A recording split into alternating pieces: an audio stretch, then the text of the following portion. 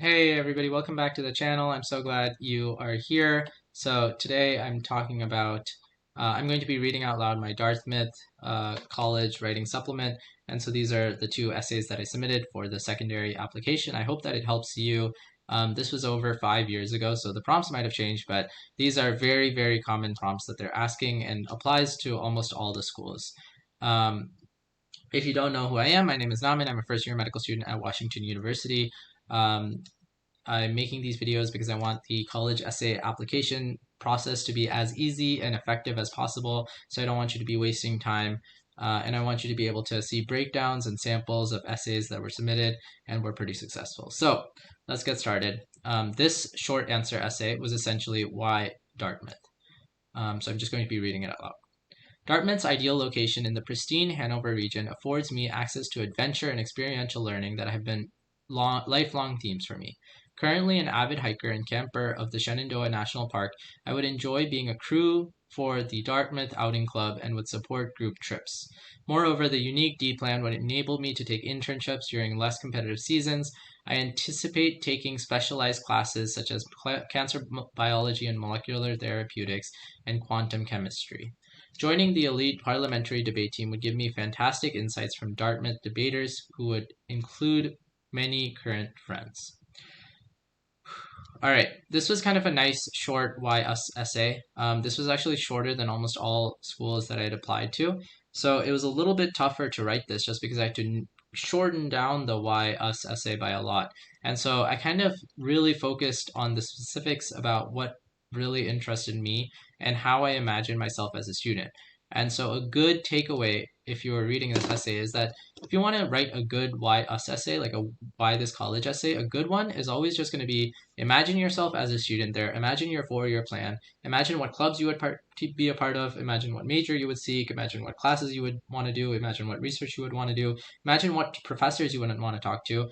Now that you've imagined all that, write about it in as much clarity and as much depth as you can. The more specific you are about what you're interested in, the more of an idea they're going to get about who you are as a person and what type of student you would be for their college campus. And you're also showing that you've done your research and you know what life would be like as a student at that school. And if you do that, then you're probably going to be better than 90% of the people who are applying. So I hope that was helpful. The next essay prompt is the short response, and I chose this topic, which was, I have no special talent, Albert Einstein once observed. I am only passionately curious. Celebrate your intellectual curiosity. So this prompt was essentially, what are you interested in? Celebrate your intellectual curiosity was just a really nice way to phrase it. So I'm going to be reading this essay. And if you watch my other videos where I read out loud my college essays, you'll notice that this is a pretty common essay that keeps appearing. No way, I stammered. I stood there in my monogrammed lab coat, holding a euthanized mouse that seemingly refused to accept its death. It tossed and turned violently as its autonomic nervous system continued to fire off signals. The poor creature, born lacking the vital SOX11 gene in its cortical cells, had become an unwilling ally in my quest to learn more about brain development. Over the next week, I stained the tissue samples with fluorescent antibodies and visualized the cell structure under a microscope using complex image processing software. Though unforgettable, the event was a typical experience during last summer's 8-week internship at the Georgetown University's Donahue Laboratory. The brain has long intrigued me. I am astonished that sublime emotional experiences and great intellectual pursuits are all rooted in the simple firing of neurotransmitters and tidbits of DNA. Access to transgenic technology during my internship enabled me to help map the very program that underlies consciousness. At weekly lab meetings, I learned how to defend my experimental techniques and results in front of brilliant scholars and how to gracefully accept when I'm wrong. I advanced the laboratory's evolutionary mapping project by comparing mouse and frog neuronal morphology and was duly thrilled when the American Academy of Neurology recognized my research among the top 15 neuroscience projects in the country. My curiosity continued far beyond the enriching internship. At science fairs, I met experts who critiqued my procedures and cross-examined my knowledge of neuroscience.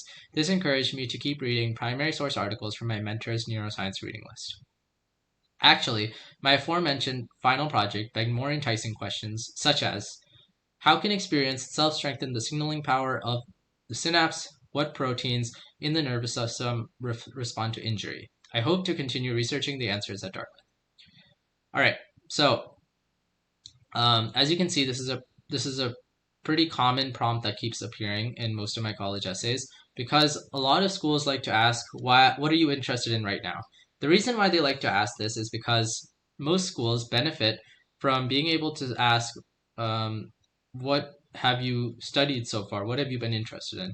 And what students think that the college is asking or wants to know about is, what are you interested in? Like their college is not actually that concerned with what you're interested in. What they're really concerned with is, what have you done with what you're interested in? Have you just sat in the classroom and kind of just passively learned the thing and became interested in it?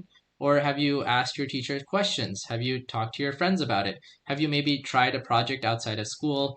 Have you ever like read a research article related to it? Have you Googled something related to it? Have you watched YouTube videos? Even like small things that you do outside of class to kind of advance your interest in that field is pretty impressive to colleges.